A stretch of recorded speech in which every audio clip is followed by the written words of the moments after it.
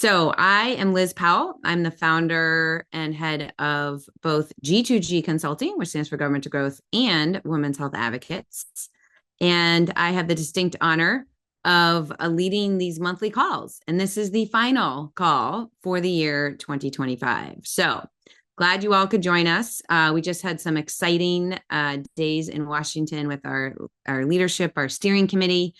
We'll talk a little bit more about that in a minute, and I'm going to go over what's going on right now and things that we're working on. Before I do that, we have a very special guest today. I'm super excited. I got to meet Callie in Pittsburgh in September, one of our first events as I was traveling the country to do all our Women's Health Advocates events. So impressed by Callie and what she has done with her company in a really important space that touches a lot of us, which is fertility. Many of us are trying to build families, and we need help in doing that. And so Callie's come up with an amazing solution for that. Not a panacea, but certainly a really important step. And so without further ado, I'd love to pass to you, Callie, to give a little bit about your background and then talk about what you're doing with your company. And thank you so much for joining us today. Oh my gosh, thanks so much for having me. Advocacy is so close to my heart and a huge reason why I'm doing this and why I'm trying to fill this gap. And I saw a comment for Pittsburgh, so shout out to anybody that's from Pittsburgh or is here. But yeah, as Liz said, my name is Callie Myram. I live in Pittsburgh. My background is not in insurance. It's in human-centered design, where I've spent really the majority of my career redesigning legacy systems to better serve people. But my journey to starting Lotus really started when I was in my early 30s and I wanted to proactively freeze my eggs. And like many of my peers at the time, my career was my focus. It wasn't partnered, but my employer didn't offer any sort of fertility benefit. Also, at the same time, my health insurance was not covering significant out-of-pocket expenses that I had related to my own reproductive health issues. I've been on my endometriosis diagnosis journey for a number of years now. And I kind of started getting to this point of like, why is it that this is considered like a niche health? Like this is my health. Why do I have to go see a specialist like outside of like a standard healthcare system to get care? And why doesn't my insurance cover it? I just kind of came to this place of thinking like, why, like we've just accepted for so long this is considered fertility care and reproductive care is considered something other than healthcare. At the time, I went to the individual insurance market looking for some sort of supplemental, gap insurance that would help me plan for the future. I wasn't, planning on having kids, but I wanted to protect my, financial ability to do that. But all of the kind of supplemental or gap insurances really leave out anything related to fertility care. And I was just shocked to find that it didn't exist. I'm like, you're kidding. Like, we figured out pet insurance, but we haven't figured this out. So the solutions, I guess, were really only available to certain employers. And I wasn't at a place in my career where I was going to go like work at Amazon for, for the Cadillac of benefits. So it just really sparked this core question for me, which is how is it that there's this massive gap in the market for one of the most significant life events that a person can plan for? And that question really sparked like a core that my research into that question really uncovered two fundamental flaws in how we approach fertility care. And I'm sharing this because it deeply informs how we're building our product and how we're going to fill the financial protection gap with an insurance product. But kind of these two fundamental flaws in how we approach fertility care. First, the system is reactive. It's not preventative. Many people on this call are very intimately aware, I'm sure, with the fact that infertility is a disease that affects 1 in 6 people, but it's commonly treated by insurers as an elective procedure instead of a medical necessity. So we have patients getting care after a problem arises. And second, and probably more importantly, the market incentives are really misaligned. The current system is incentivized by keeping people in the most expensive part of the fertility care journey. It's a system that benefits by high cost claims, not preventing them. So those two fundamental truths and how we build those fundamental realities have deeply informed how we've built our product, which is that it's not a health insurance product, it's more of a financial product.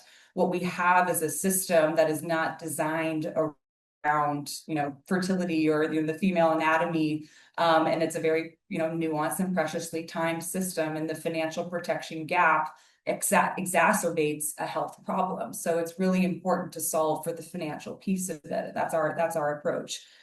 We've built a novel term life insurance policy that has $75,000 of fertility protection embedded into it alongside the death benefit. So somebody's buying term life insurance and they can buy life insurance with fertility protection. And that's the product that we've built.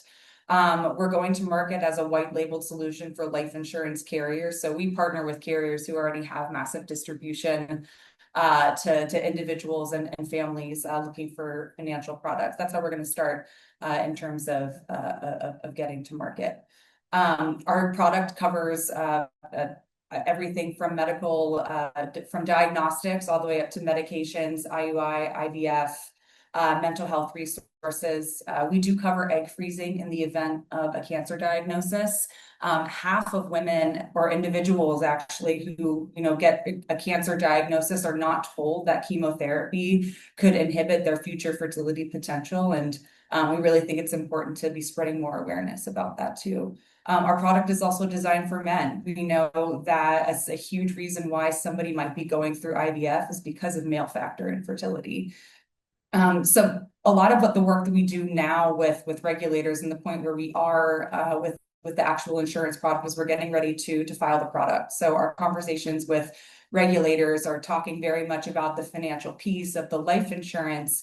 But a lot of my role is educating them on a really nuanced topic that they may or may not have some sort of familiarity or personal experience with. But so many people do have personal experience with this. So it's really been an honor to bridge these conversations across a number of different kind of regulatory spaces, from insurance and financial care and the evolving reproductive healthcare system. So I really hope I can be involved in these calls moving forward, Liz. I'd love to hear more about all the work that you all are doing. But I don't want to go on. I know you have more folks more stuff that you want to do. So if there's any questions, if you want to follow us, Lotus Fertility Insurance, you can follow us on LinkedIn. Insuredbylotus.com is our website, and you can follow me on LinkedIn. I post occasionally.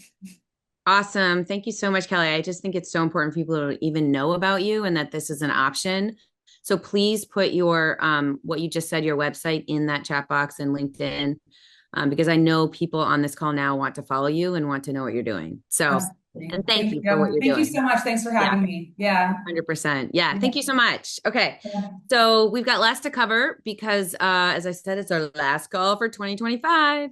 So we're going to run through some slides here and catch you up. So let's go to metrics for success. We have had lots of successes this year.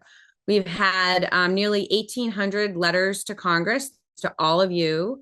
We've now got 60 on our steering committee, 15 different company sponsors, 502 attendees for our menopause congressional briefing. We've got well over 3,000 LinkedIn followers, almost 500 Instagram followers. We're working on it. These are 9 events. This actually doesn't even include the events we did earlier in the year. These are really just the events from the fall.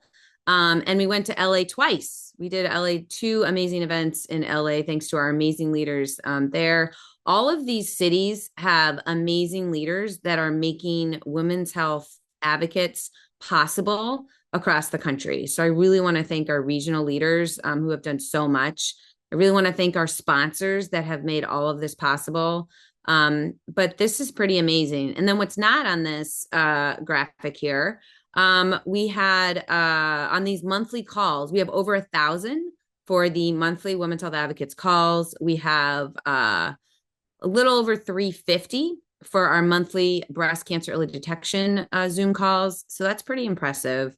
We have, we at Women's Health Advocates, our lobbying team, we have led or co-signed about 12 letters to the White House, to agencies, to Capitol Hill on all these issues that we keep advocating for with our Hill Days. So I wanted to make sure I highlighted that as well, because there's a lot of behind the scenes stuff that's happening.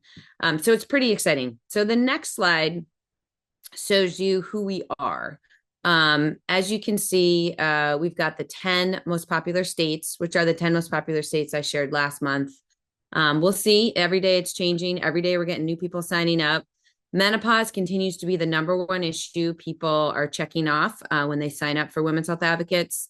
It has gone down a bit, though, since last month when I talked about what people are signing up for. So as I said, this is going to ebb and flow, but that consistently is very, very important issue.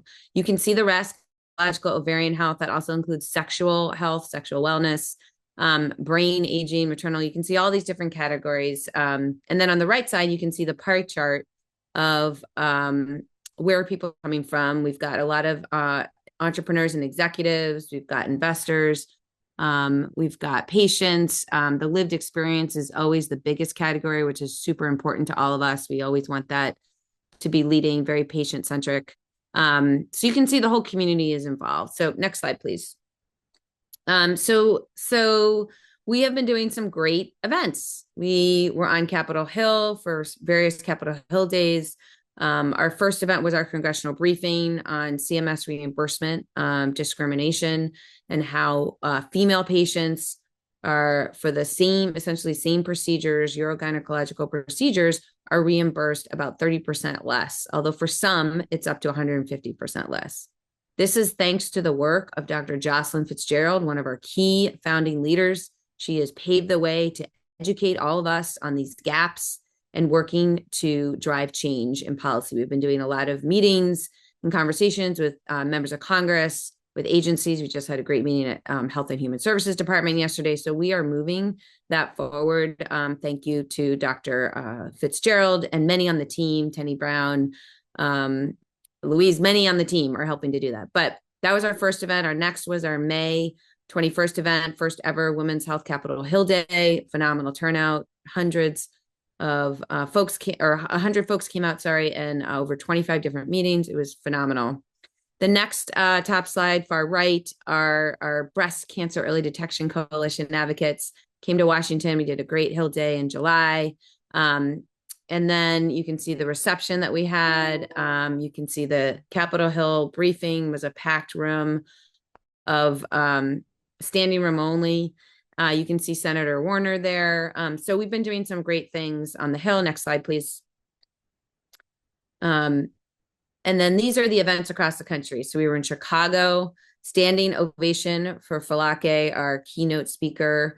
He's an actor and musician who flew all the way into Chicago just to speak for this event and to share her endometriosis story. It was very moving. She was also really funny and really inspiring. But then we also had some amazing speakers and events in the San Francisco area, Los Gatos in particular, thanks to Kavita and that picture on the right, and the rest of the team of organizers. We had Detroit, Katie Kirsch right there, and the bright orange made that possible. Just amazing speakers. And then bottom left, you can see the Pittsburgh team, also amazing leaders that make all this possible. Let's just keep going. I feel like I'm taking a little too long. Next slide, please. We have Los Angeles, Boston, New York. Again, just phenomenal leaders everywhere, phenomenal speakers, packed rooms, great turnout everywhere we go. Next slide, please. And here's What's Your Why across the country. So I love all these people, all these stories, all these reasons people are getting involved. It's really moving when people share what's driving them to get involved in Women's Health Advocates. It means so much to me. So I wanted to share some of those. So next slide, please. So legislative successes. So we did get language and funding lines included in the bills. I think I've talked about this before, so I don't need to go into too much detail. But you can see that we've got increased funding in the Senate bill, at least. That is very noticeable. There's some increases in the House side as well. And then we have this language on all kinds of issues, from menopause to PCOS, to diversity in clinical trials, to restarting terminated grants. And then the Find It Early Act is really gaining a lot of co-sponsors. It's actually, it kicked off this year. The House just introduced theirs with many more co-sponsors than when it was ever introduced before. So it is gaining steam and momentum, and we just got to keep educating. Next slide, please. 2026 plans. Advocacy. So we are going to continue to build on the great work that we did this year. The FY 2026 wins. They have to finish that bill in end of January. It will probably get punted again, so it might be February, but hopefully they finish up soon, and then we can get going on the FY 27 process. So I'm sorry, FY 25 and then FY 26. So we are already working to strategize on the language and the funding lines that we will be working on. We're going to keep organizing meetings. The letters, the online advocacy tool has been fantastic. Thank you all for doing that. More briefings, ongoing education, another Hill Day that will be followed by this Illuminators event that Timmy Gard, one of our amazing steering committee members, is helping to lead and organize. But it's going to be a great event about all the steps you need to go through as a life sciences innovator executive. And you'll hear from the experts on what you need to do to advance and grow your business in the women's health space. We're going to do another July briefing around breast cancer or Hill Day around breast cancer. And then we're going to do more in the state house level. There's been a lot of activity. We want to get more engaged, and people like Claire Gill on our steering committee is a phenomenal leader in menopause and tracking what's going on the state level. We want to get more engaged there and help build on what she's doing, get into other areas of women's health, provide model legislation, position papers, and training so that advocates on that local level can organize state house days and other engagements to make a difference. We want to keep tracking and reporting and really highlight some key opportunities. We're not going to cover everything, but really give some very helpful examples of what you can do state level. And we want to go global as well. We're going to be speaking at some global conferences, some on the team like Beth Garner, Netta Hannafy, Mitzi Crockover, Linda Goler-Blount. Some of our key founding leaders are already very active on the global level, and we're just speaking at the IEF event with the Gates Foundation.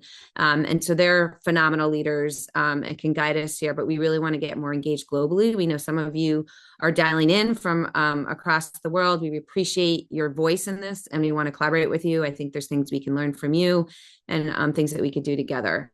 So, and then obviously bringing innovation to the US. I know that there's lots of confusion around the different pathways, and we'd love to clear the web on that and make sure that innovation is coming to the US and vice versa. So next slide, please. Politics. Next year's an election year, so we will be getting more involved in that by tracking what's on in these key races, doing online webinars on key women's health issues, tying together the policies and politics that go with that, and driving people to vote. Getting registered and voting for women's health is super important. And it means asking candidates, what is your position on the Find It Early Act? What's your position on women's health research? What's your position on sex-based differences, data collection and analysis and application to research, healthcare? All those types of things. We'll give you cheat sheets on that, but there are things that we can do to really elevate women's health in the upcoming elections. And then we'll be doing some targeted events. We've already done some events with both Republicans and Democrats engaging in campaigns. And we think it's really important that we get as many folks to Congress as possible who really understand and prioritize women's health. Next slide, please. Here's a quick look at some key races that we're tracking. On the blue side, you can see the ones that are Democratic seats that are considered toss-ups. The red list are those that are Republican seats that are considered toss-ups. And then the purple are just ones that are interesting to watch. We'll see what happens. It'll be, it's more likely the House might flip to Democratic control, but there's like going to be so much interest and engagement, I think, in this midterm election than we've seen in a long time. So we'll be tracking and sharing insights on that. Next slide, please. Our ask. We always have an ask, right? We're not on this call unless we want to take some action. So let's talk about some action. Next slide, please. Please amplify our news coverage. And my colleague is just posted here some things that so you can go and see these articles in Forbes. Med City News just came out on Monday. And then we got our own post that we're doing in LinkedIn. We'd love to see you amplify. That's super helpful. Next slide, please. We continue to do our letters. So funding or appropriations and then Find It Early Act are still our top priorities. And those are the top two letters when you go to our online advocacy tool. And because they haven't finished appropriations, it's still all very relevant. And they are working to finalize language and funding lines for the health funding bill. So please do send a letter. Even if you've sent one before, you can go in and say, I'm writing again because this is so important and the appropriations process is still in progress. Whatever your angle is as a clinician, as a patient, as a caregiver, as just a human being, whatever it is, please share that. Take that time to do the few extra sentences that personalize it and get those letters. And that really does make a difference. Next slide, please. Come to events. We've got some events coming up. Philadelphia is our last in-person event for 2025. We've got Dr. Barbara Hanna coming to speak. She is the founder and CEO of My Menopause RX. She's an OBGYN. She's a dynamo, and she's going to answer all our questions on perimenopause, menopause. Now that they took the black box warning away for mostly. What does that mean for us? What questions do we have around that? She is there to answer that. I was super excited to be in the room when Department of Health and Human Services removed that black box warning, as were many of you. And it was just a really special day. But now what does it mean for healthcare? What does it mean for all of us? How do we get the word out? So those are all things that Dr. Hanna can address for us. I also will be there and we'll share some updates on what's going on. And we have amazing leaders, Tracy and Archana for the Philadelphia chapter, and they're going to help us get really organized in Philadelphia. So it's going to be a great event. JP Morgan, we are ready to go with our event the morning of January 13th. We've got our link to register to get the invitation. I guarantee you will learn something new at this event. This is an unprecedented event that we're planning for JP Morgan. Never been seen before. So you are not going to want to miss it. So sign up, get on our list. I have to say also, you're guaranteed to get energized and empowered in Philadelphia as well. I should say that too. All right. And the links should be in the chat box. Next slide, please. We just had our steering committee retreat in Washington. It was wonderful. Love seeing, hugging, connecting, strategizing, advocating with all these amazing people. So we were able to do a luncheon with Chairwoman Susan Collins of the Appropriations Committee. She is all on board for everything that we're doing. She's an amazing champion for us. And is really working hard to make sure that those increases we talked about, the language we talked about, gets into that final version of the bill for health funding measures. And then we had our retreat where we all just dove into what have we done? What do we want to do? What are things we can do better? What do we want to see in 2026? It was amazing. Every single person on the steering committee makes me a better person, makes this organization stronger and more effective. And I cannot thank you enough. You're just amazing people. Next slide, please.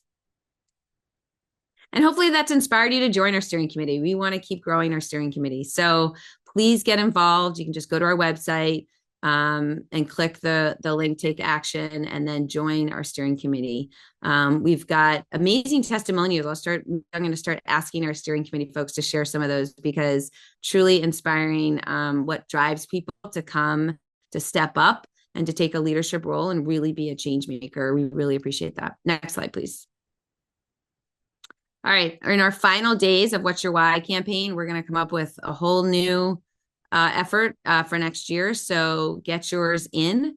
All the directions are here. And again, my colleague has cut and pasted, thank you, Griffin, into the chat box here. And you can click that link and see a great video I just caught this morning that Rashmi posted using our What's Your Why as the backdrop for it. So it's a great example of what you can do. You can do a video, you can do a picture, However you want to do it, please post about what's your why for women's health. It really helps engage people, gets people excited. And, there's a lot of people out there who feel very isolated right now because of their health journey. And when you share your story, when you reach out like that, you make people feel not so alone. And that's what it's really all about, is connecting with people and helping patients. So please take the time to click and put your video in, and you can make a difference. Next slide, please. Thank you for making our voices count. More than anything else, I just want to thank you. And we do have a few minutes for questions if people want to post questions. I don't see any in the Q&A box. If you have a question, post in the Q&A box, because I'm not going to see in the chat box because there's so many wonderful comments in the chat box. And Heather, you can probably take the slide down if you'd like. Any questions? I see Leslie and Beth on video. If you guys want to share anything about the past 2 days, you're welcome to say anything you'd like. Each time we gather, you feel more energy. And I think that going to Capitol Hill this week was particularly impactful for us because people are just coming back, and to be able to sit across the table from these staff members who really don't know that much about women's health, but we find actually are receptive. And regardless of their age or their gender, they really do have a curiosity once the conversation is started. And there's always this recognition when you say breast cancer, because you know that someone in their family, or endometriosis, because they've heard so much about it. And bringing our stories, whether it's from a patient perspective, an innovative perspective, an economic impact perspective, really gets their attention and really gives us a giant step forward in enlightening and possibly getting legislation to move forward. Thank you, Leslie. That's helpful to have that added. And hey, it's Beth. Yeah. Oh, sorry. I thought you were done, Liz. No, it's great. I just was gonna say, I like how Leslie's sharing what's it like for her experience of doing who doesn't live and breathe this every day. So I think that's really a helpful perspective. But go ahead, Beth. Yeah. No, I mean, I think there's so many things. I mean, it was an unbelievable 2 days. I think some of the highlights were obviously the meetings that we had on your video is off. Did you want your video off? Oh, yeah, I'm on a phone, so I'll get back on it somehow. But so the meetings that we had, and to hear people like Senator Collins, sort of speaking back to us the things we've shared with her, right? Yeah. So they're getting it, right? And I think the support has been just amazing. I think our meetings with HHS was just fascinating to me. And you sort of see as we went along, sort of the heads nodding and all of that, right? And so and when I can't remember her name, sorry, I should know. When she started to talk about her mom, and that's when you have people, right? When they're like, they really, really sort of see what we're doing, and it's personal then, and that makes all the difference, I think. So, yeah, so much, and I think as Leslie said, every time we meet up or whatever, it's more and it's more and it's more, right? So this is growing for sure. Yeah. I'm trying to answer some questions in the Q&A box. So the Breast Cancer Early Detection Coalition is definitely a part of Women's Health Advocates. And we have a monthly call that we do the second Wednesday of the month at noon for the Breast Cancer Coalition. So yes, that is definitely going strong. Yeah, we definitely still do that. Does WHA have access to RFK Step? Yes, we just met with them. Yep, we just met with them on Monday, as Beth was saying. What work and advocacy are we involved in around women's heart health? Yep, I answered that earlier. Yeah, so we are creating health condition specific committees, and we have a leadership call for people who are leading any or want to lead a health specific condition, such as like maternal health. That one's gotten really active. Endometriosis has gotten really active. We want to do cardiovascular. We want to do brain, like all of these areas we want to address with a committee, but we need leaders. So if you're interested in being a leader, I just sent out the newsletter. We've got a leadership call coming up on December 18th. Also, if you're a regional leader or want to be a regional leader, we want you to dial into that. We want to talk about what it means to be leading one of these committees. And so please dial in for that. And we'll be getting much more active with that in 2026. So I think we're out of time. And I think I've mentioned most of these questions. Yeah. So thank you for dialing in. Appreciate all of you. If you are on steering committee, you should have the link for our steering committee call, which will start right now. If you don't, please text me so I can make sure I get it to you. Thank you all. I hope you have wonderful holidays. You mean so much to me. I'm so glad that we are all in this movement together. Together, we're making it bigger and stronger and unstoppable. So thank you.